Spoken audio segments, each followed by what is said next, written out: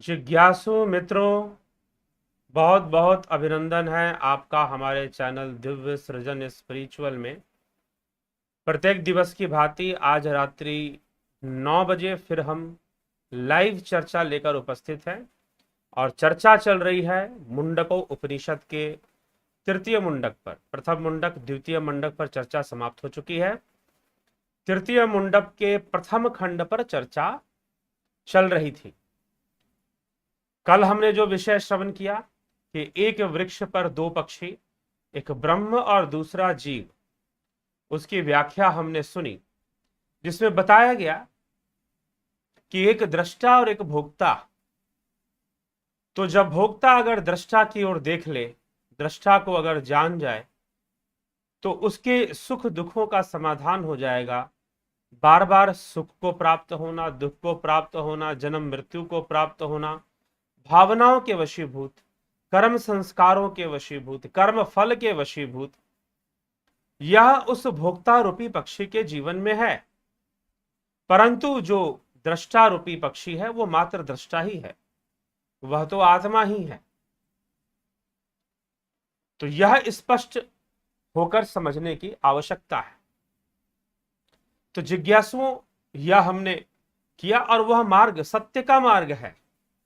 उस सत्य के मार्ग के बारे में बताया गया, जिससे कि एक जीव जो है भोक्ता से दृष्टा होता है। सत्यमेव जयति नानृतम सत्येन पंथा विदितो देवयान येन क्रमंत्रिषयो ह्याप्ति काम यत्र तत सत्यस्य परमम निधानम।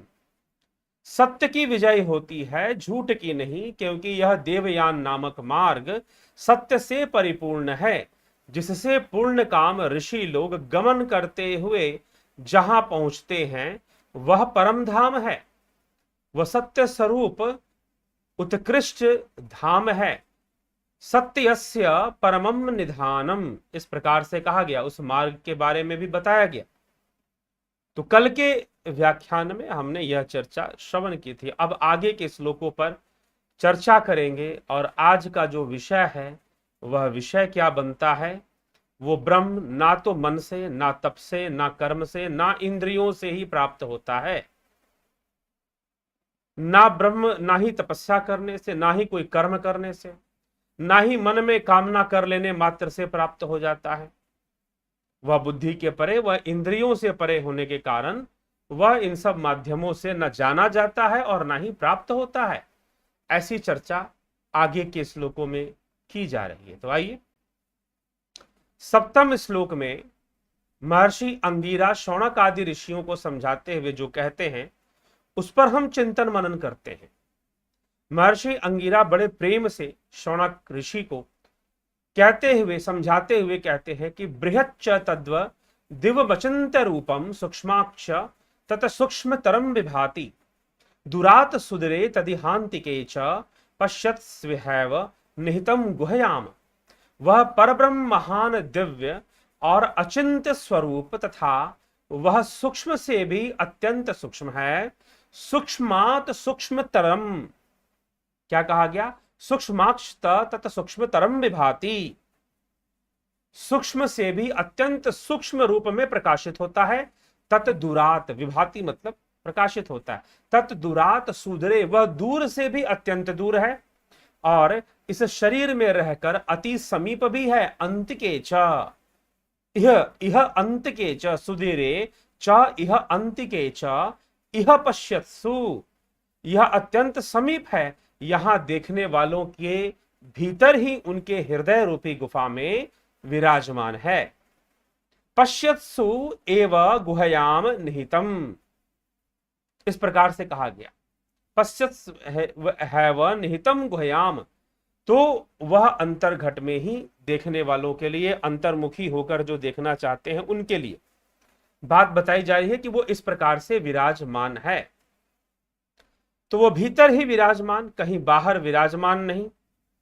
उसकी स्थिति कैसी, उसके बारे में चर्चा की जा रही है यहां पर इस श्लोक के अंतर्गत। वह दिव्य से भी दिव्य, समीप से भी समीप, दूर से भी दूर और सूक्ष्म से भी सूक्ष्म है। इस प्रकार से उस परम तत्व ब्रह्म की व्याख्या इस श्लोक के अंतर्गत की जा रही है। ठीक है जिज्ञासुओं, तो हमें थोड़ा सा ये पहले भी, यद्यपि ऐसी व्याख्या तो पहले भी हो चुकी है, तो विचारणीय तथ्य है कि हम भी इसके ऊपर थोड़ा सा विचार करें, थोड़ा सा समझें और समझ करके कि जिसे सूक्ष्म से सूक्ष्म, समीप से समीप, दूर से दूर कहा जा रहा है, क्या वह इंद्रियों का विषय है? अगर इंद्रियों का विषय भी है तो कैसे है, नहीं है तो कैसे है? इन्हीं विषयों को आगे चर्चा किया जा रहा है। और आगे कहते हैं अष्टम श्लोक में, 8वें श्लोक में, न चक्षुषा गृह्यते नापि वाचा नान्यर्देवे तपसा कर्मणा वा ज्ञान प्रसादेन विशुद्धत्व इस्तस्तस्तु तम पश्यते निष्कलम ध्यायमानः। तो देखिए, सर्वप्रथम इस अध्याय में, प्रथम खंड में, ब्रह्म को दृष्टा बताते हुए, आत्मा को दृष्टा, जीव को भोक्ता, कि सुख दुखों का भोग भोगने वाला, एक ही वृक्ष पर दो पक्षी, एक पक्षी जो है भोगता है, दूसरा पक्षी जो है भोगता नहीं है। ठीक है, वह दृष्टा है, मात्र देखता है। अब इस एक दुखी है, एक को सुख दुख से लेना देना नहीं है। सुख दुखे समय कृत्वा लाभा लाभो जया जयो, कि जो सुख दुख में सम रहने वाला, लाभ हानि में सम रहने वाला, जय पराजय में सम रहने वाला है, उसकी बात यहां पर की जा रही है। वो सम रहने वाला वही दृष्टा पक्षी है, वही दूसरा पक्षी है, जिसे किसी फल से मतलब नहीं है कि वृक्ष के फल कैसे हैं, मीठे हैं, खट्टे हैं, कड़वे हैं, कोई लेना देना नहीं उसका। तो वह पक्षी, उसको जान लेने से, अगर भोक्ता पक्षी उस दृष्टा को जान ले, उसकी समस्या का समाधान हो जाएगा और उसका संग कर ले, आत्म क्रीड़ा, उसी आत्मा के साथ वो क्रीड़ा करे, आत्मरति ही, उसी आत्मा के साथ वो रमण करे, तो फिर कोई समस्या नहीं, कोई दिक्कत नहीं, वो तो निश्चय ही अपना कल्याण कर लेगा। तो यह पहली, तो उसी मार्ग को, कि भाई वह सूक्ष्म से सूक्ष्म है, दूर से दूर है, तो जानोगे कैसे? तो कैसे जानोगे उस ब्रह्म को और कैसे उसकी प्राप्ति संभव हो पाएगी, उसी के विषय में आगे के श्लोकों में बताया जा रहा है और कहा जा रहा है, न चक्षुषा गृह्यते नापि वाचा नान्यर देवस तपसा कर्मणा वा ज्ञान प्रसादेन विशुद्ध तत्व इस्ततस्तु तम पश्यते निष्कलम ध्यायमानः। न चक्षुषा, ना तो नेत्रों से और ना ही वाणी से, ना नेत्रों से, ना चक्षुषा, ना नेत्रों से और ना ही वाणी से, ना अन्य, ना किसी दूसरी इंद्रिय से, अर्थात कि नेत्र वाणी छोड़कर जिह्वा, नासिका, त्वचा, यह भी तो इंद्रियां है ना, कर्म इंद्रियां भी तो इंद्रियां हैं, तो उनसे भी नहीं, ना नेत्रों से, ना वाणी से और ना अन्य देव है अपि, ना दूसरे इंद्रियों से ही ग्रहण करने में आता है। वह किसी इंद्रियों के द्वारा ग्रहण करने में नहीं आता। फिर कैसे? तपसे, तपसा, अथवा कर्मणा, क्या तपस्या और कर्म से आता है? तो क्या कह रहे हैं कि तपसा, तपसा वा कर्मणा, तप से और कर्मणा, तप से और कर्मों से भी न गृह्यते, ग्रहण करने में वह नहीं आ सकता। तम निष्कलम, वह अवयव रहित, उसका कोई अवयव नहीं है, वह अवयव रहित आत्मा, तो विशुद्ध अंतःकरण वाला, विशुद्ध सत्वः ध्यायमानः, विशुद्ध सत्वः ततः ध्यायमानः ज्ञान प्रसादेन पश्यते, अर्थात कि वह विशुद्ध अंतःकरण वाला। अब विशुद्ध अंतःकरण, जिसका अंतःकरण वृत्तियों से मुक्त है, जिसने चित्त वृत्ति का निरोध कर लिया है, जिसने सफाई कर ली है योग मार्ग से, तो उस विशुद्ध अंतःकरण वाला, ध्यायमान, निरंतर ध्यान में प्रयासरत रहने वाला, अंतःकरण वाला तो लिखा ही विशुद्ध सत्व, विशुद्ध अंतःकरण वाला, जिसके अंतःकरण की शुद्धि हो चुकी है, जो तरह तरह के वृत्ति और विकारों में लिप्त ना रह गया है, उनसे स्वाभाविक रूप से मुक्त हो गया है। जबरदस्ती वाली मुक्ति नहीं, दमन वाली मुक्ति नहीं, स्वाभाविक रूप से जो उससे मुक्त हो गया है, विशुद्ध सत्व, विशुद्ध अंतःकरण वाला, उस विशुद्ध अंतःकरण से ध्यानमान, जो ध्यान मग्न है, जो निरंतर ध्यान का अभ्यास में रहने वाला, अभ्यास क्या करेगा? ध्यान में ही मग्न है, ध्यान मानः, इसलिए ध्यान मानः शब्द का प्रयोग किया गया है। जो ध्यान युक्त है, जो ध्यान संपन्न है, ध्यान मानः, ध्यान करता हुआ ही ज्ञान प्रसादेन, ज्ञान की निर्मलता से वह देख पाता है, वह जान पाता है उस ब्रह्म को, अन्यथा नहीं। चित्तवृत्ति का निरोध नहीं, मन का रहस्य पता नहीं, चित्त का रहस्य पता नहीं, चित्त की शुद्धि नहीं, तो ब्रह्म दर्शन भला कैसे हो, आत्मदर्शन भला कैसे हो। आत्मदर्शन के नाम पर मात्र कुछ और ही प्राप्त हो जाता है, फिर तो यह समस्या खड़ी होती। तो यही विषय यहां पर समझाया जा रहा है अष्टम श्लोक में, कि ना तो नेत्रों से, ना वाणी से, ना अन्य किसी इंद्रिय से, नेत्र, वाणी, कर्ण, त्वचा, नासिका, किसी भी इंद्रिय से नहीं जानने में वो आता। ठीक है, ना सुना जा सकता है, ना देखा जा सकता है, ना बोला जा सकता है, ना महसूस किया जा सकता है, तभी तो सभी इंद्रियों का नाम यहां ले लिया। तो उन सब से नहीं, बल्कि विशुद्ध अंतःकरण से निरंतर ध्यान मग्न रहते हुए, जो ध्यान में मगन रहने वाले योगी हैं, जो ध्यान योग के रहस्य को जानते हैं, मात्र वही अभ्यास करते हुए निरंतर ज्ञान प्रसादेन, ध्यान का ज्ञान रूपी प्रसाद वो प्राप्त करते हैं और उस ब्रह्म को देख भी पाते हैं, उसका दर्शन भी कर पाते हैं। तो इस प्रकार से अष्टम श्लोक में कहा जा रहा है। फिर कहा जा रहा है, एषो अनुरात्मा चेतसा वेदितव्यो यस्मिन् प्राणः पंचधा संविवेश प्राणश्चितम सर्वमूतम प्रजानाम यस्मिन् विशुद्धे विभवते स आत्मा, विभवते स आत्मा, कि जिसमें 5 भेदों वाला प्राण है, भली भांति प्रविष्ट है। यह सूक्ष्म आत्मा, अणु आत्मा, यह सूक्ष्म आत्मा मन से जानने में आना वाला प्राणियों का संपूर्ण चित्त, प्राणों से व्याप्त जिस अंतःकरण के विशुद्ध होने पर आत्मा सब प्रकार से समर्थ हो जाता है, समर्थ हो जाता है। तो जिससे 5 भेदों वाला, 5 भेदों वाले प्राण कौन कौन से हैं? प्राण, अपान, व्यान, समान और उदान, ये 5 भेदों वाले प्राण।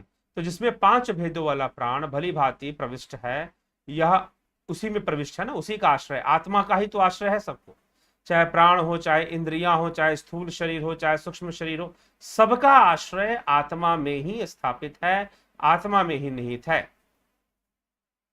इस रहस्य को समझ लेना चाहिए। तो जिसमें 5 भेदों वाला प्राण भली भांति प्रविष्ट है, यह अणु आत्मा चेतसा वेदित्वया प्रजानाम सर्वम चित्तम प्राणे ओतम यस्मिन् विशुद्धे, ऐसा आत्मा विभवती, वह सब प्रकार से समर्थ है, वह आत्मा ही सर्व सामर्थ्यवान भी है। जिसमें प्राण आश्रय लेते हैं, शरीर आश्रय लेते हैं, उसको जानना चाहिए इस प्रकार से सत्य के मार्ग पर चलते हुए। फिर लिखते हैं कि यम यम लोकम मनसा संविभाति विशुद्ध सत्व कामयते यांश कामान तम तम लोकम जयते तांश कामाम इस्तस्मादात्मज्ञम हर्चेद भूति कामः। विशुद्ध सत्व, विशुद्ध अंतःकरण वाला, विशुद्ध सत्व कामयते यांश काम। अब यहां पर देखिए योगी का, क्योंकि जब वो एकाग्र हो जाता है, एक ही भाव हो जाता है, तो वो एक ही काम भी हो जाता है, वह एक वृत्ति भी हो जाता है, उसकी कोई कामनाएं नहीं है। यद्यपि फिर भी अगर वो कोई कामना कर ले, क्योंकि एक ही भाव अवस्था में प्राप्त करने वाला योगी यम यम लोकम मनसा संविभाति विशुद्ध सत्व कामयते यांश कामान तम तम लोकम जयते तांश कामाम इस्तस्मादात्मज्ञम ह्यर्चयेद भूति कामः। विशुद्ध अंतरकरण वाला यम यम अर्थात जिस जिस लोक को मन से चिंतन करता है, तथा यान कामान कामयते, जिन जिन भोगों की वह कामना करता है, उन उन लोकों को जीत लेता है, उन पर विजय प्राप्त कर लेता है, और उन उन कामनाओं और भोगों को भी सहजता से प्राप्त हो जाता है।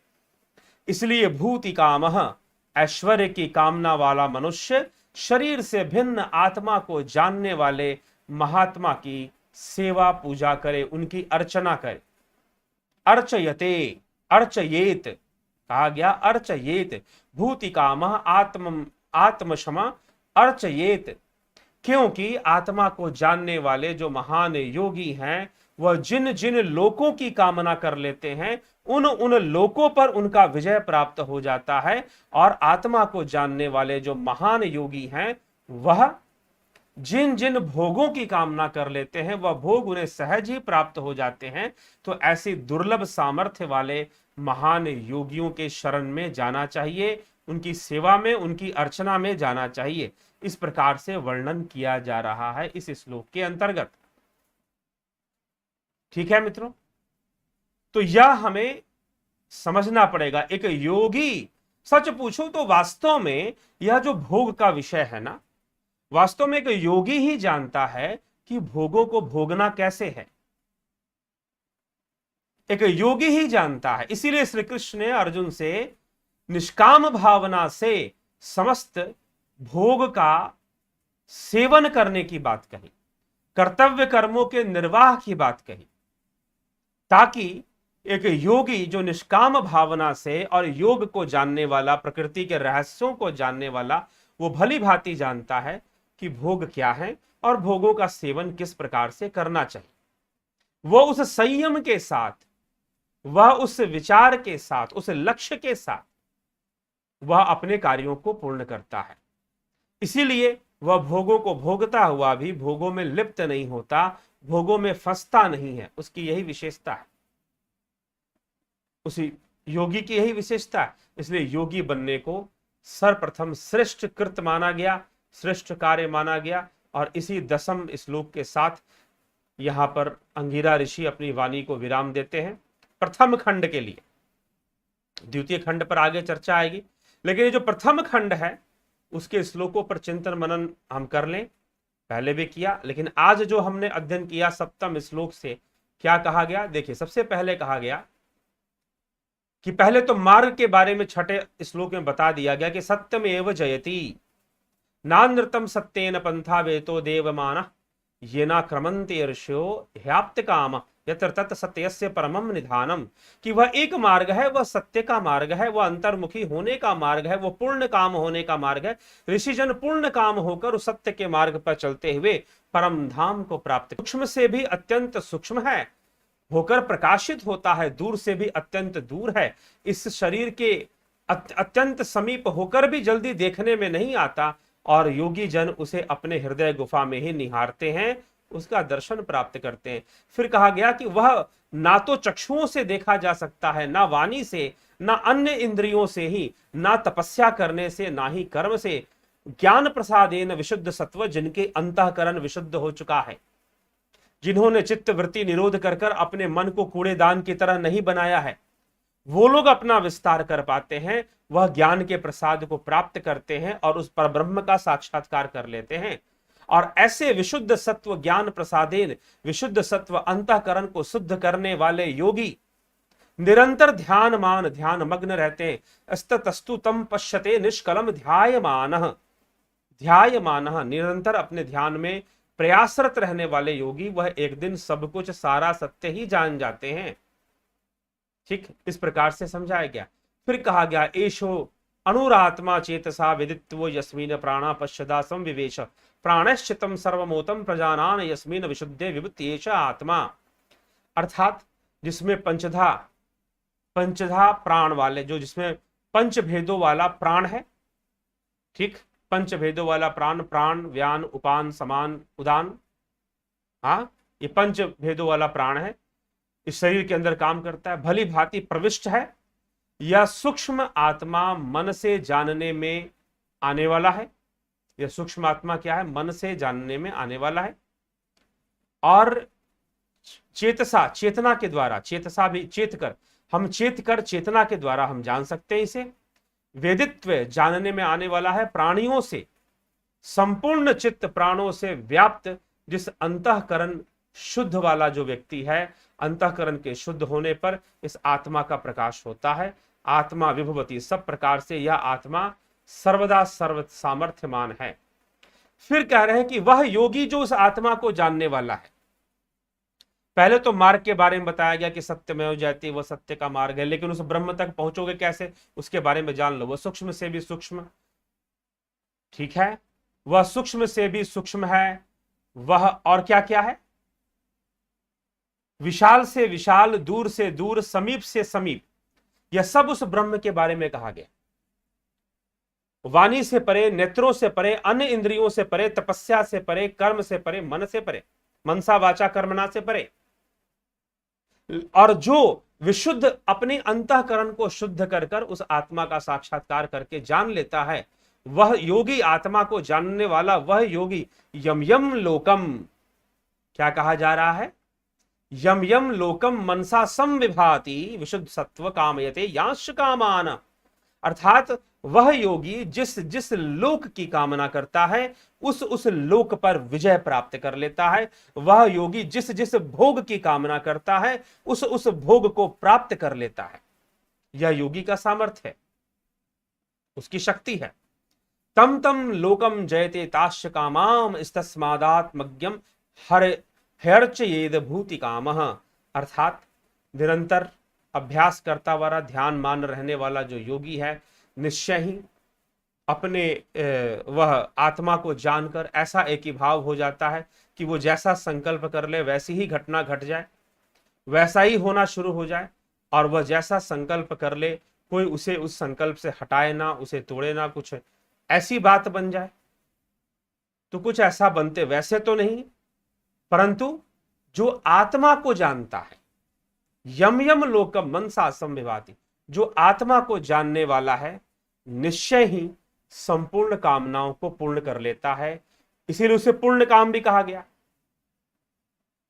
इसलिए उसे पूर्ण काम क्यों कहा गया? क्योंकि वो आत्मा को जानने वाला योगी किसी भी लोक, यम यम लोकम मनसा संविभाति, उसके मन में जिस भी लोक की कामना आ जाए उस पर विजय प्राप्त हो जाएगा।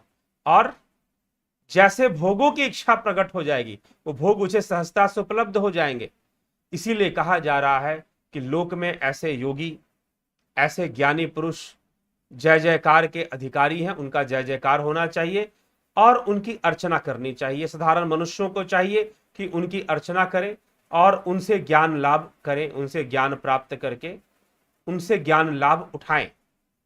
ऐसा वर्णन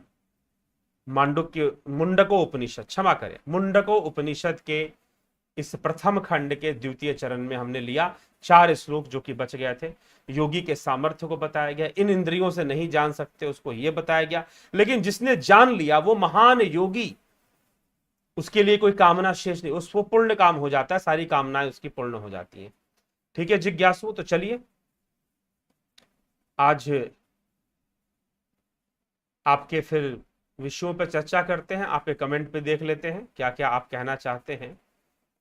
तो ओम हरिओम तत्सत, राजू पाल जी, महेश राम पिस्ता जी, ओम नमः शिवाय, वर्षा सचदेव जी आत्म नमन आपको भी, गोपाल शर्मा प्रणाम, सतगुरु जी प्रताप जाला प्रणाम, गुरु जी राम निवास मीना, जय श्री कृष्ण, भरत पटेल, कमलेश उपाध्याय जी, उषा श्रीवास्तव जी, बलवंत सिंह गोहिल जी, बलदाऊनाथ योगी जी, योगेंद्र पंडित जी, दुष्यंत चौहान जी, बहुत अभी स्वागत है आपका, अभिवादन है। भू सिंह खिचर जी, गोपाल शर्मा जी, जब उस धरती की झलक मिलना शुरू हो जाए तब उसने धीरे धीरे खिसकने की युक्ति या साधना क्या है, कृपया प्रकाश डाले। साधना पर ही तो प्रकाश डाला जा रहा है इतने दिनों से, उससे बचने की युक्ति जो है, युक्ति क्या है, यह तो करते करते अभ्यास से ही आएगा। अभ्यास ही करना पड़ेगा, साधना ही करनी पड़ेगी।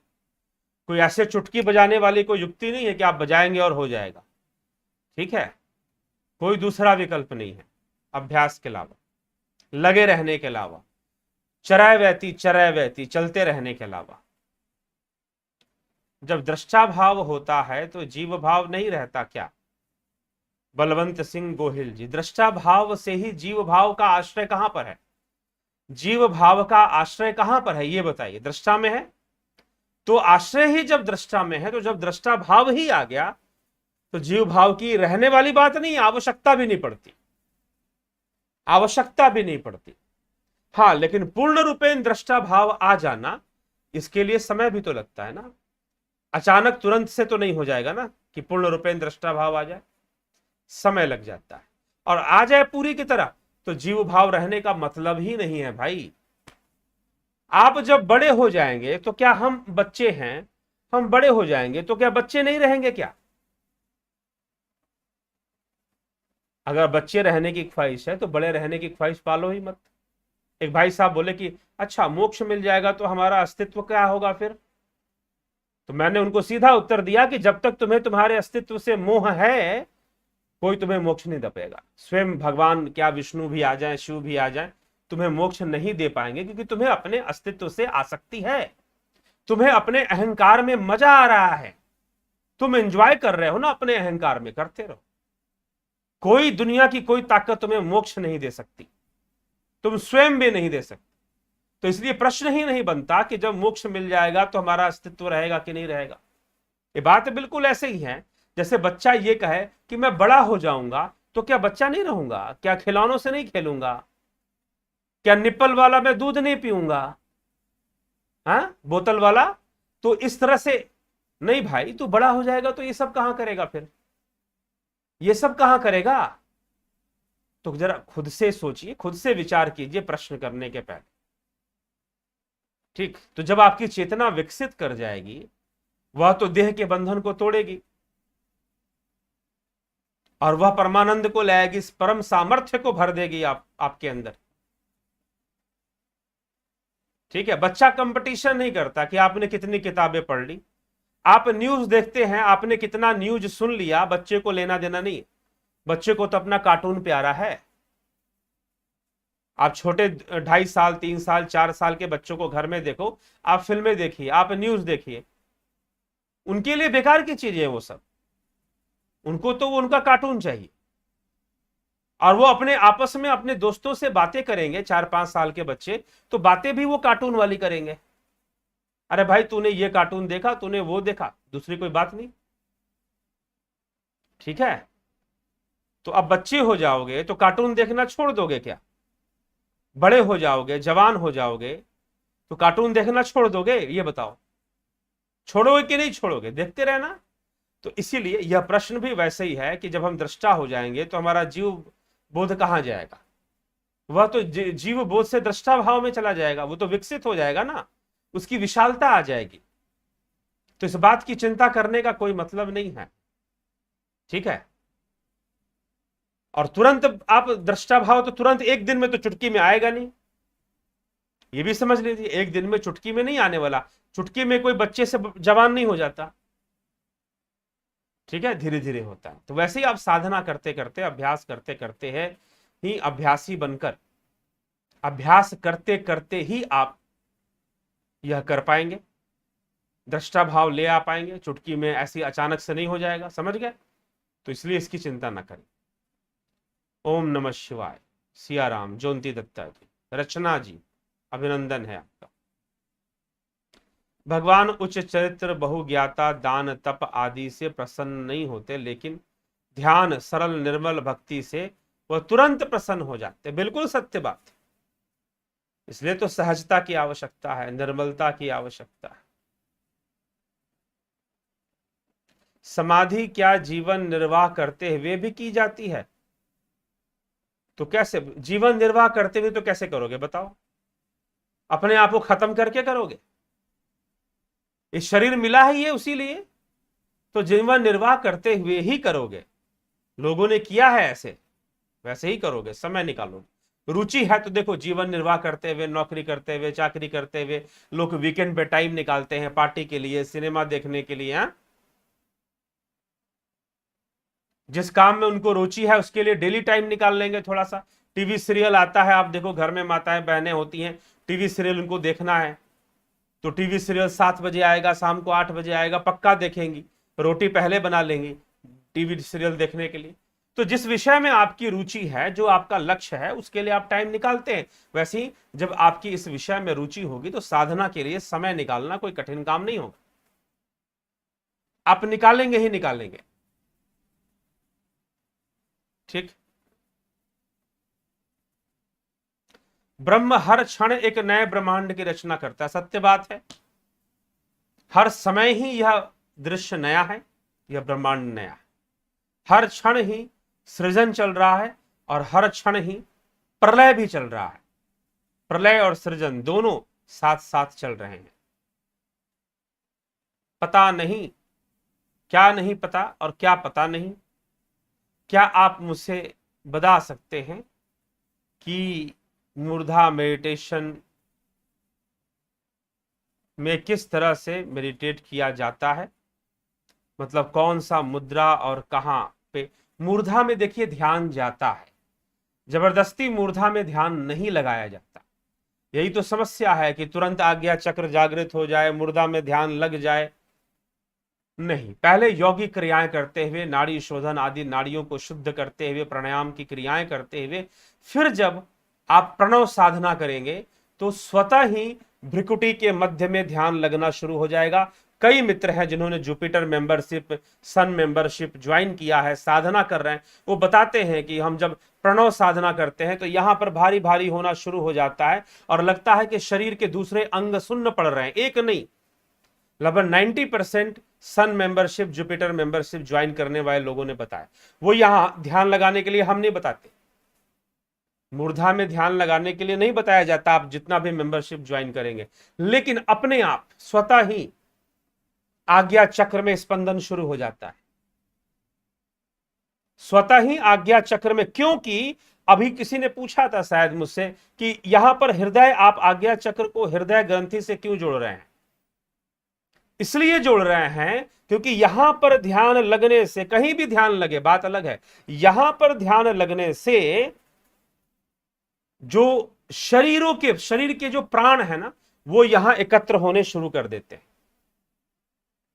और यहां से ऐसा लगेगा कि जब यहां पर ध्यान अपने आप, लेकिन लगाना नहीं पड़ता, यह ध्यान रखिए, जबरदस्ती यहां कंसंट्रेट नहीं करना पड़ता, अपने आप यहां पर कंसंट्रेशन डेवलप होना शुरू हो जाएगा। करिए तो प्रणव ध्यान करिए, प्रणव ध्यान बताया जाता है, बहुत ही सूक्ष्म क्रिया है प्रणव ध्यान। प्रणव ध्यान बहुत ही सूक्ष्म क्रिया है, मात्र ओम का उच्चारण करना प्रणव ध्यान, प्रणव साधना नहीं है, बहुत सूक्ष्म क्रिया है। करेंगे अपने आप मूर्धा में ध्यान लगेगा और शरीर सुन्न पड़ना। जैसे कि कुछ लोग, एक अभी किसी ने फोन किया था, उन्होंने ज्वाइन कर रखा है, तो बताया कि मैं साधना कर रही थी तो मुझे तो ऐसा लगने लगा जैसे कमर के नीचे कुछ है ही नहीं, और यहां पर भारी भारी, यहां पर ऐसा लग रहा है कि ऊर्जा एकत्र हो रही है। बात यह नहीं है कि किसको कहां से जोड़ा जा रहा है, प्रमाणित क्या हो रहा है? अनुभवों के द्वारा, अनुभवों के द्वारा क्या बात समझ में आ रही है, उसके आधार पर कुछ बातों को कहा जाता है। अगर मैं उपनिषदों का भी रहस्य आपके समक्ष रख रहा हूं तो उसमें भी वो अनुभव सम्मिलित होते हैं, तभी जाकर कॉन्सेप्ट क्लियर हो पाता है और आपको लगता है कि हां भाई ये बात कुछ समझ में आ रही। ठीक है, तो समझ में हृदय ग्रंथि का रहस्य, साधना करेंगे नहीं, ध्यान करेंगे नहीं, हृदय ग्रंथि वो पॉइंट है जब वहां पर आप एकाग्रचित हो जाएंगे, एक ही भाव होने लगेंगे, तो संबंध विच्छेद शुरू होगा स्थूल और सूक्ष्म का। स्थूल और सूक्ष्म के बीच जो बॉन्डिंग है ना, वो कमजोर पड़नी शुरू हो जाएगी, और जितनी वो कमजोर पड़नी शुरू होगी, सूक्ष्म शरीर की विशालता बढ़ती जाएगी, सूक्ष्म शरीर की ताकत बढ़ती जाएगी। वह इस शरीर से संबंध बनाए हुए भी इस शरीर से बाहर भी गमन करने का सामर्थ्य अपने अंदर ले आएगा। शक्तियों का विकास, इसलिए कहा गया ना कि हृदय को, हृदय ग्रंथि को शुद्ध करने वाले, विशुद्ध अंतःकरण वाले, आत्मा को जानने वाले, अगर वो कामना कर ले किसी लोक का, यम यम लोकम कहा गया ना अभी मुंडकोपनिषद में, अगर वो किसी लोक की कामना कर ले, लोक के बारे में सोच ले, उस लोक पर उसका विजय आ जाएगा। अगर वो किसी भोग का चिंतन कर ले तो सहज ही उसे भोग प्राप्त हो जाएगा। लेकिन ऐसी अवस्था तक पहुंचने के लिए खुद ही भोगों का निरोध करना पड़ता है, चित्तवृत्ति निरोध करना पड़ता है, तब तो कोई ऐसी अवस्था में पहुंचता है। ठीक है, तो इसीलिए है आज्ञा चक्र, हृदय ग्रंथि, मूर्धा ध्यान, यह सब होगा करते करते अभ्यास से होगा, और संबंध सूक्ष्म और स्थूल के बीच का जो बॉन्डिंग है वो कमजोर पड़ेगा। जितना कमजोर पड़ेगा उतना सूक्ष्म एक जीवन मुक्ति आएगी फिर, और फिर मोक्ष तो उससे भी आगे बढ़कर है, परम धाम में निवास करना। तो चलिए यही है, तो अभ्यास करना, प्रणव साधना कीजिए, यही मैं कहूंगा। और प्रणव साधना अभी कहीं से सीखेंगे जानेंगे, मैं तो 99% ज्यादातर लोगों के पास जब मैंने प्रणव साधना के बारे में पूछा कि वो जानने की कोशिश की वो क्या करवाते हैं, तो पता चला उद्गीत करवाते हैं ज्यादातर। कुछ एक देव कुछ दूसरी क्रियाएं करवाते हैं, लेकिन वास्तव में प्रणव तक पहुंचना, प्रणव की सूक्ष्मता को पकड़ना और पहुंचना वहां तक, वो उनसे ना हो पाता। समस्या यहां पर। ठीक, तो जयंती भाई पटेल गुरुदेव का शरण में, ठीक है जी। मधुकर पलिवाल जी, वैजनाथ कुशवाहा जी, आत्मा को नमन, यह मन बहुत चंचल है। जी हाँ, चंचल तो है, अभ्यास और वैराग्य से होगा, सब ठीक हो जाएगा। देवरतन बलदावा जी, जय श्री कृष्ण, काफी दिनों बाद आज कमेंट किया इन्होंने। क्या भक्त की भक्ति का ब्रह्म स्वरूप में विलीन होना ही अंतिम लक्ष्य है? जी हाँ, उसी में विलीन होना ही अंतिम लक्ष्य है। पता नहीं जी, धन्यवाद। ठीक है, लाभ उठाइए, मैं तो यही कहूंगा। आप कोर्स ज्वाइन कर कर अगर गंभीर है साधना के प्रति, देखिए ये जो कोर्स हमने डिजाइन किया है ना, ये उन्हीं लोगों के लिए किया है जिनके अंदर साधना के प्रति थोड़ी गंभीरता है, इसीलिए इसका शुल्क भी है। अगर थोड़ी बहुत और गंभीरता आ जाएगी शुल्क हो जाने से, तो गंभीरता पूर्वक इसको ज्वाइन करें और गंभीरता पूर्वक साधना करें। ठीक है, तो यही चीज है। तो इसको समझकर अभ्यासरत होने की आवश्यकता है, तभी जाकर सारा लाभ हमें प्राप्त होगा। तो जिज्ञासुओं, इसी के साथ विराम देंगे आज, और कोरोना के प्रति भी जागरूक रखें, अपने रेस्पिरेटरी सिस्टम को मजबूत रखें। एक और टेक्निक मैं आज आपको बता रहा हूं, क्या कर सकते हैं। कल, अभी तक तो मैंने कई टेक्निक आपको डेली बताता हूं कोरोना से लड़ने के लिए। जल नीति के बारे में बता चुका हूं, शंख प्रक्षालन की कल मैंने चर्चा की थी, कुंजल क्रिया के बारे में बताया था।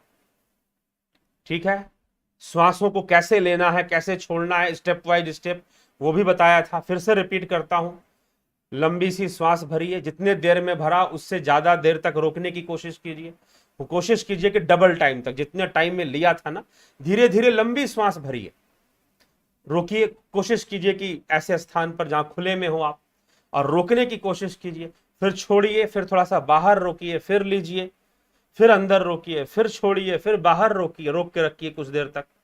इस प्रकार से अभ्यासरत रहने के लिए मैंने कई बार बता चुका हूं। अंत में आज एक और क्रिया बता रहा हूं आपको, ऑक्सीजन की कमी होती है इसमें।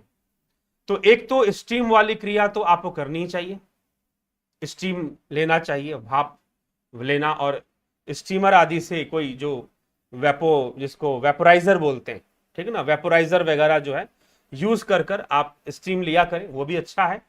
जल नेति किया करें, जल नेति की क्रिया करें। अगर जल नेति करने में कोई दिक्कत हो तो मैं तो कहता हूं सीधा हल्का सा, बिल्कुल नॉर्मल टेम्परेचर का पानी आप ले, हल्का सा कोसा हो तो कोई बात नहीं, लेकिन ठंडा ना हो, यह ध्यान रखिएगा। आप लीजिए और उसको नाक से पीने का प्रयास कीजिए, अपनी नासिका छिद्रों से ही उसको पी जाइए पानी को। शुरुआत में दिक्कत होगी, आंखों में हल्का सा एक असर जाएगा, पूरे सिर गनगना जाएगा कुछ देर के लिए, लेकिन डेली करेंगे तो यह सब होना बंद हो जाएगा और बहुत आनंद आएगा। दोनों नासिका बराबर चल पड़ती है ऐसी क्रिया करने से। जल नेति की क्रिया है। और एक और क्रिया मैं आपको बता रहा हूं कि कोशिश करें कि एक डिबिया के अंदर शुद्ध कपूर और उसके साथ लौंग मिक्स कर दे। ठीक है, लौंग मिक्स कर दे, और अगर आपको ऑक्सीजन की कमी हो रही है, कुछ हो रहा है, तो उस कपूर को सूंघे लंबी श्वास के साथ, इसको सूंघना चाहिए। ठीक है, लंबी श्वास के साथ इसको सूंघिए। इस प्रकार से यह भी 3 बार 4 बार एक बार में सूंघ ले अच्छे से। रात को सोते समय अगर सूंघ ले तो बहुत गहरी नींद आएगी, बहुत गहरी, बहुत अच्छी नींद आएगी। ठीक है, तो यह सब आप करें और ऑक्सीजन लेवल भी इससे मेंटेन होता है। क्योंकि कोरोना जब लंग्स में पहुंच जाता है और लंग्स को खराब करना शुरू कर देता है तो ऑक्सीजन लेवल गिरना शुरू हो जाता है, ऑक्सीजन की कमी शुरू हो जाती है शरीर के अंदर। तो थोड़ा सा सजग रहने की आवश्यकता है, सचेत रहने की आवश्यकता है। और अभ्यास में कुछ चीजों को, जल नेति प्राणायाम की कुछ क्रियाएं जो बताई गई हैं, भस्त्रिका हो गया, कपालभाति और उद्गीत, और फिर क्या है, उज्जयी, ये सब विधियां, नाड़ी शोधन क्रिया बहुत महत्वपूर्ण है, नाड़ी शोधन क्रिया ऑक्सीजन के लिए। तो नाड़ी शोधन क्रियाएं, ये सब क्रियाएं अगर आप करते रहें तो कोई दिक्कत आपको आने वाली नहीं है। जितनी क्रियाएं बताई जा रही है पहले से ध्यान देने लगे तो अगर जरा सा भी गले में कोई प्रॉब्लम में आपको लगे कि यह कोरोना का असर हो सकता है तो सतर्क हो जाइए, अपनी फाइट शुरू कर दीजिए। वो लंग में नहीं पहुंचना चाहिए, फेफड़ों में नहीं पहुंचना चाहिए किसी भी हालत में। कफ को कम रखिए, कफ ज्यादा बनने मत दीजिए, गार्गिल वगैरह करते रहिए, ऐसा भोजन कीजिए जिससे कि कफ ज्यादा ना बने। ठंडी चीजें मत खाइए, गर्मी का मौसम है, आइसक्रीम लोग खाते हैं, कोल्ड ड्रिंक लोग पीते हैं, सब कफ बनाने वाली चीजें, ठीक है। पिज्जा बर्गर जो कि पेट में मैदे की बनी हुई चीजें जो पेट में बहुत देर तक टिकती हैं, ये सब कफ बनाने वाली, कफ विकार को बढ़ाने वाली चीजें, कफ विकार को दूर करने वाली चीजों का सेवन करें। सब्जियों का सेवन ज्यादा करें, सब्जियों से कफ ज्यादा नहीं बनता। हाँ, गेहूं से बनता है कफ, चावल से भी बनता है कफ, ठीक है। तो अन्न की मात्रा थोड़ा सा कम कर कर अगर सब्जियों की मात्रा बढ़ा सके। आलू से भी कफ नहीं बनता, ठीक है। लेकिन जब आप आलू तेल में तलकर और अन्न के साथ खाते हैं, अगर आप अन्न की मात्रा कम कर दे या ना खाएं तो, अगर वैसे फिर आप पोटैटो आलू अगर खाते हैं तो उतना नुकसान नहीं करेगा। लेकिन लोग जो अनाज के साथ, तो इसीलिए मैं यही कहूंगा कि अपने क्लियर रखिए। एक डस्टबिन है ना, अब एक बात बताओ, एक डस्टबिन बिल्कुल खाली साफ सुथरा रखा गया है और एक डस्टबिन में कूड़ा करकट गंदगी हर तरह की भरी हुई है, अब कीटाणु कहां जाएगा? पहले कीटाणु कहां जाएगा? तो अपने शरीर को डस्टबिन मत बनाओ, कुछ भी डाल लिए तो लोगों का खान पान बहुत खराब हो चुका है। एक तो यह समस्या, और दूसरी समस्या कि लोगों ने सोचा कि भाई 2020 गया मतलब कोरोना गया, अब कुछ नहीं। कोरोना जा तो सकता नहीं ना, बीमारी कहां जाएगी भाई? क्या मलेरिया चला गया? जी नहीं, आपने मलेरिया से लड़ना सीख लिया। क्या मलेरिया चला गया? क्या मलेरिया कहीं नहीं गया, मलेरिया आज भी है। लेकिन अब लोग पहले की तरह, महामारी की तरह मलेरिया आया था और कितने लोग मलेरिया के शिकार होकर मर गए थे, मृत्यु को प्राप्त हो गए थे। सुना होगा आपने मलेरिया के बारे में, डेंगू के बारे में। डेंगू से भी ज्यादा लोग मलेरिया से मरे होंगे पहले, आज से 30-40 वर्ष पहले, 50 वर्ष पहले, ठीक है। पोलियो भी था, एक वायरस ही है पोलियो का। लेकिन चलो, पोलियो तो फिर भी बहुत ज्यादा व्यापक कभी नहीं हुआ, लेकिन मलेरिया तो बहुत ज्यादा व्यापक हुआ, ठीक। कई लोग मरे मलेरिया की महामारी से, गांव के गांव बोलते हैं कि तबाह हुए, ठीक। तो क्या मलेरिया जा चुका है? मलेरिया कहीं नहीं गया, आपने उससे लड़ना सीख लिया है, बस इतना ही, ठीक। तो कोरोना कहीं जाने वाला नहीं है, वो आपके साथ ही रहने वाला। वो आ गया है और आप सोचेंगे कि वो आया है और चला जाएगा, 2020 गया तो कोरोना कहां चला जाएगा? भाई कहीं नहीं जाएगा, वो आ गया है, आपके साथ ही उसको रहना है, आपने प्रिपेयर कर लेना है उसके साथ रहने के लिए, ठीक है, अपने आप को, बस इतना ही है। अपने रेस्पिरेटरी सिस्टम को स्ट्रांग रखिए प्राणायाम आदि क्रियाओं से, श्वसन प्रणाली को क्लियर रखिए, ठीक है। तो ऑक्सीजन की मात्रा घटने ना पाए, तो विचार करें और अपने स्वास्थ्य का ध्यान रखें, अपने परिवार के स्वास्थ्य का ध्यान रखें। जो लोग बीमार पड़ जा रहे हैं, सावधानी बरतिए और सावधानी बरत कर आप निश्चय ही अपने कर्म को कीजिए। मैं खुद बताऊं, अभी कुछ दिनों पहले की बात है, लगभग 15 दिन पहले की बात है,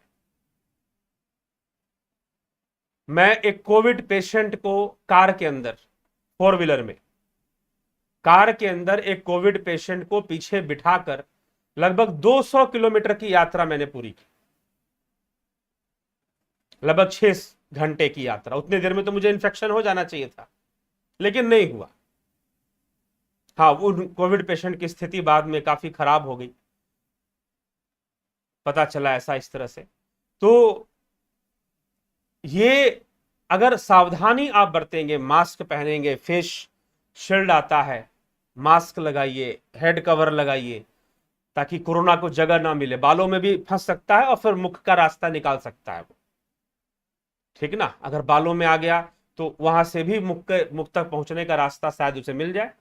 तो इस तरह से head cover, mask, face shield, जहां पर ज्यादा रिस्क है, जहां ज्यादा रिस्क नहीं वहां तो मास्क ही पर्याप्त है, ठीक है। तो आप इन सब चीजों का, छोटी छोटी सावधानियां, उनका ध्यान रखिए और ध्यान रखते हुए चलिए और अपने इम्यूनिटी पावर को भी बढ़ाइए साथ में। तो निश्चय ही अब कुछ लोग वैक्सीन के लिए भी कहते, कुछ लोग कह रहे हैं कि वैक्सीन लेने से लोग मर जा रहे हैं, वैक्सीन बहुत सही नहीं है। लेकिन मेरे पास जो एक उदाहरण आया है अभी पीछे ही, एक भाई साहब है, उनकी उम्र 50-52 साल है, पश्चिम बंगाल से। तो उन्होंने वैक्सीन ले रखा है, वैक्सीन के बाद वो कोरोना पॉजिटिव हुए, वैक्सीन लेने के लगभग महीने भर बाद कोरोना पॉजिटिव हुए। उनकी अर्धांगिनी को भी हुआ, उनकी अर्धांगिनी उनसे उम्र में कम है, जबकि अर्धांगिनी ने वैक्सीन नहीं लिया, इन्होंने लिया। देखने में जो प्रैक्टिकली आ रहा है तो स्वस्थ रहे, इनकी स्थिति ज्यादा खराब नहीं, जबकि उम्र ज्यादा थी इनकी, 55 से ऊपर थी। उनकी धर्मपत्नी की उम्र कम थी, उनकी हालत ज्यादा खराब हुई, उनकी हालत खराब नहीं हुई। तो कहीं ना कहीं वैक्सीन का भी एक प्रभाव है। लेकिन कुछ लोग ऐसा भी मान रहे हैं कि वैक्सीन कुछ लोगों को रिएक्शन कर जा रहा है, सूट नहीं कर रहा है। तो ऐसा भी हो सकता है, इस बात को मैं नकार नहीं सकता। लेकिन मेरे सामने एक उदाहरण आया ऐसा कि जहां पर व्यक्ति ने वैक्सीन लिया, उसे कोरोना भी हुआ, वैक्सीन लेने के 1 महीने बाद कोरोना पॉजिटिव हो गया, लेकिन उतना असर उसके ऊपर नहीं हुआ। थोड़ा सा हल्का फुल्का खांसी आया, हल्का सा 1 दिन बुखार आया, उसके बाद फिर कुछ नहीं, महीना भर हो गया, नॉर्मल है व्यक्ति, ठीक है। तो आप इस पर जरूर ही, अगर आप स्वस्थ हैं तो पता कर ले वैक्सीन आपको सूट करेगा। हो सकता है कि कुछ शरीर में बीमारी और कमियों के कारण वैक्सीन किसी को सूट ना भी करे, पता करना चाहिए इस विषय में और जरूर ले लेना चाहिए। वैसे तो मैं बहुत ज्यादा वैक्सीन, इन चीजों का सबसे अच्छा है कि प्राकृतिक रूप से हम अपनी क्षमता को बढ़ाएं, प्राकृतिक रूप से हम अपना ध्यान रखें, तो वही बहुत पर्याप्त है कोरोना से जीतने के लिए। लेकिन हम इतने गैर प्राकृतिक हो चुके हैं, हम इतने रॉन्ग ट्रैक पर जा चुके हैं ऑलरेडी कि क्या बताया जाए, ठीक है। वेस्टर्न कल्चर को फॉलो करते करते वीकेंड मनाना, पिज्जा खाना, बर्गर खाना, बहुत ज्यादा कोल्ड ड्रिंक्स पीना, ठीक है। हमारा जो रहन सहन है वो पता नहीं, एलीट होने के चक्कर में हम पता नहीं क्या हो जाते, इंपॉर्टेंट बनने के चक्कर में इंपोर्टेंट हो जाते हैं। क्या अंतर है इंपॉर्टेंट और इंपोर्टेंट में? ज्यादातर वीआईपी लोग इंपॉर्टेंट होते हैं, ठीक है। तो इंपॉर्टेंट बनने के चक्कर में, वेरी इंपॉर्टेंट पर्सन, वीआईपी बनने के चक्कर में हम वेरी इंपॉर्टेंट हो जाते हैं। इंपॉर्टेंट मतलब जिसकी पोटेंशियल में कमी आ गई है, जिसकी रोगों से लड़ने की क्षमता कमजोर हो गई है। इंपॉर्टेंट लोग नपुंसकता को भी इंपॉर्टेंट मानते हैं। तो वीआईपी बनने के चक्कर में, वेरी इंपॉर्टेंट बनने के चक्कर में यू बिकम वेरी इंपॉर्टेंट, ये सच्चाई है। तो इंपॉर्टेंट मत बनिए, ठीक है। अपनी पोटेंशियल, अपनी पोटेंसी को खत्म मत कीजिए, बनाए रखिए अपने प्राकृतिक रूप से। तो इसलिए उस कल्चर से बचे जिसमें आप 10-10 बजे उठते हैं। अप्राकृतिक रूप से आप सुबह उठिए, 5 बजे उठिए, सूर्योदय के समय या उससे पहले थोड़ा उठ जाइए। और अच्छी बात है, ज्यादा देर मत कीजिए सुबह उठने में, ताजा ऑक्सीजन आपको मिलेगा, ठीक है। तो इन सब विषयों पर विचार करते हुए गहनता से अपने शास्त्रों की ओर, अपनी संस्कृति की ओर लौटने की जरूरत है। ये कोरोना वोरोना हमारी संस्कृति के सामने टिक नहीं सकता। हम अपनी संस्कृति से दूर हो गए हैं, इसलिए कोरोना हमें परेशान कर रहा है, ठीक है। ये चीज है, डेली स्नान करना, अग्निहोत्र करना, इम्यूनिटी पावर, जल और अग्नि, इन दोनों का संतुलन शरीर में बना रहना चाहिए। जल तत्व और अग्नि तत्व का संतुलन शरीर में बना रहना चाहिए, और जब ये बना रहेगा कोरोना क्या बिगाड़ लेगा आपका? कुछ नहीं बिगाड़ सकता। जल तत्व के वृद्धि से ही कफ विकार आता है और समस्याएं आती हैं। तो इसलिए विचार कर कर जरूर अपना ख्याल रखें और अपने ज्ञान से, अपनी समझ से दूसरे लोगों का भी ख्याल करें। ठीक, तो गिरीश कुमार चौबे जी, बलवंत सिंह गोयल जी, महेश मकवाना जी, संस्कृत विश्वम जी, ब्रह्म विद्या को अच्छे से समझने के लिए, वेदांत सार जानने के लिए नीचे लिंक पर क्लिक करें। कहाँ लिंक है भैया? कोनो लिंक तो दिए ही नहीं। ठीक है, क्या आप जन्म कुंडली पर विश्वास करते हैं? जी हाँ, ग्रहों के उस पर विश्वास बिल्कुल करते हैं। हाँ, लेकिन कुछ लोग उसको कुछ अलग ढंग से मानकर चलते हैं, तो वह अविश्वास का कारण बनता है। चीजें तो हैं, लेकिन जन्म कुंडली या ग्रहों से ऊपर आपका कर्म है। कर्मों के आधार लेकर ही ग्रह फल देंगे। कर्मों का आधार लेकर ही ग्रह फल देंगे।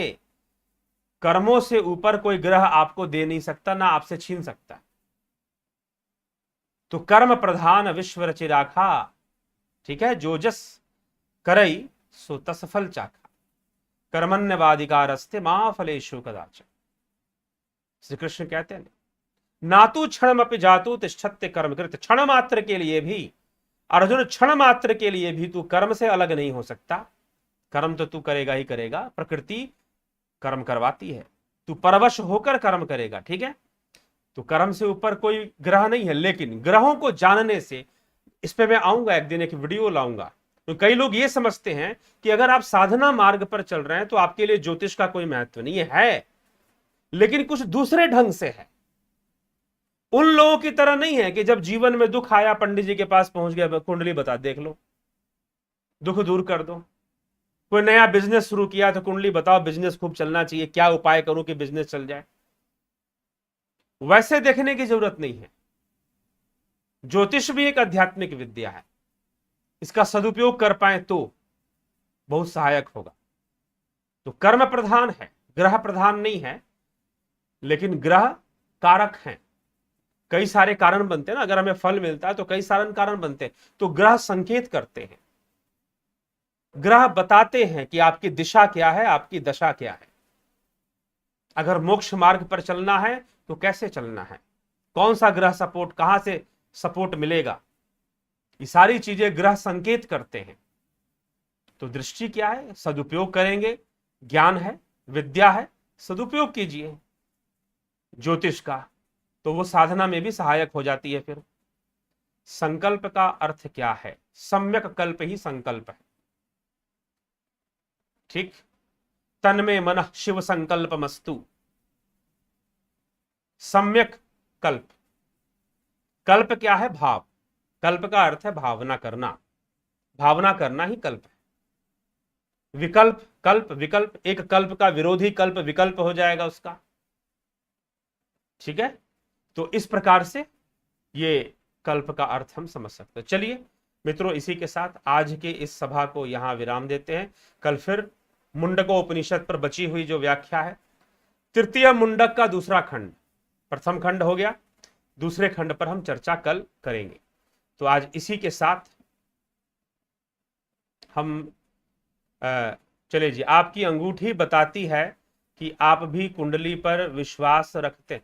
कुंडली पर विश्वास क्या, कुंडली तो एक सिस्टम है, विश्वास तो विज्ञान है, ज्योतिष एक विज्ञान है, तो उसे विज्ञान को मानना।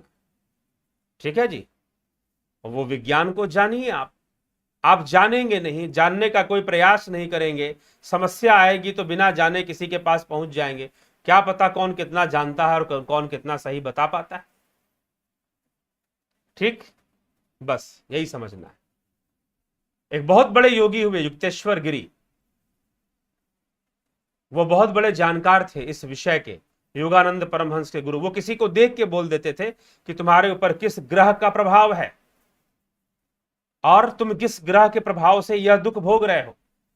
उसे कोई ना कोई उपाय बता देते थे, रंगों का उपाय, कलर थेरेपी। कलर थेरापी भी एक विषय है। ठीक, अगर आप जानना चाहते हैं, आप ऐसा, कई लोग फोन करते हैं मुझको कि हाँ मुझे अपनी कुंडली के हिसाब से मुझे थोड़ा सा गाइडलाइंस दें, बताएं मुझे कि मुझे जीवन में क्या कैसे करना है, तो बताते हैं उनको फिर। ठीक है, तो ये चीज है।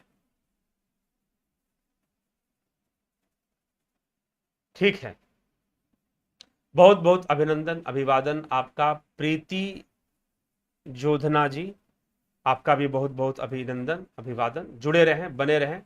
आपको अगर लगे कि व्याख्यान या विषय गुणवत्तापूर्ण है तो जरूर शेयर भी किया करें, लोगों तक पहुंचाया भी करें। बहुत बहुत आभार आप सभी का।